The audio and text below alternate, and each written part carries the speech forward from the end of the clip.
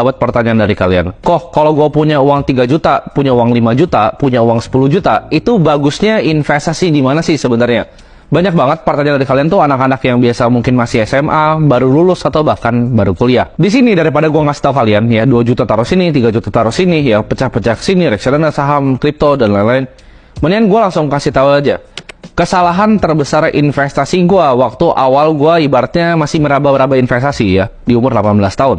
Jadi buat kalian yang baru kenal gue tuh udah bisnis udah lama, investasi udah lama dari umur 15 tahun.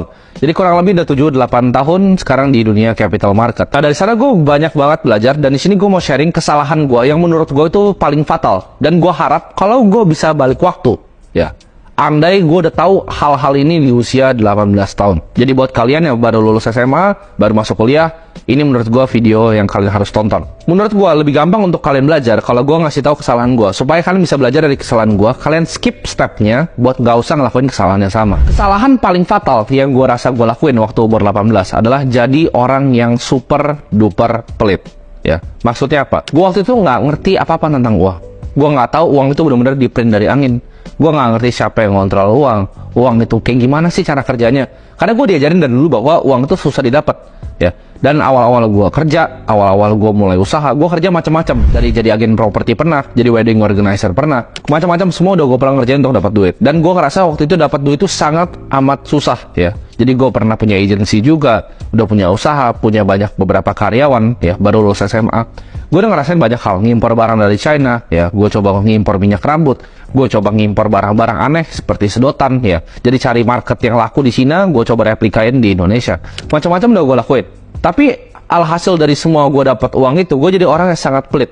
Jadi gue banyak baca buku ya. Gue mungkin pernah cerita sama kalian buku-buku finansial seperti The Richest Man in Babylon.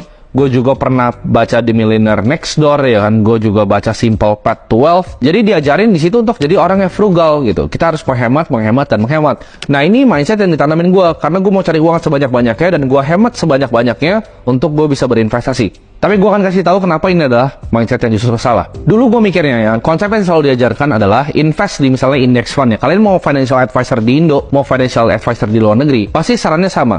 Kita berinvestasi dengan saham yang fundamental baik, kita berinvestasi di reksadana indeks atau index fund kalau di Amerika, biasa disuruh belinya S&P 500. Kita dibilang, kalau kalian nabung kayak gitu rutin ya, kita nggak pergi beli kopi Starbucks, kita bikin kopi sendiri ya. Kita bikin kopi sendiri cuma 4.000 modalnya, kalau ke Starbucks itu 40.000. Mungkin nanti di umur 40, 50, 60 tahun kita akan menjadi kaya, ya mungkin punya uang 10-11 M. Itu adalah konsep yang tertanam di otak gua ya. Gue mau jadi kaya, gue mau punya dana pensiun ya 4% rule 25 kali dari pengeluaran tahunan.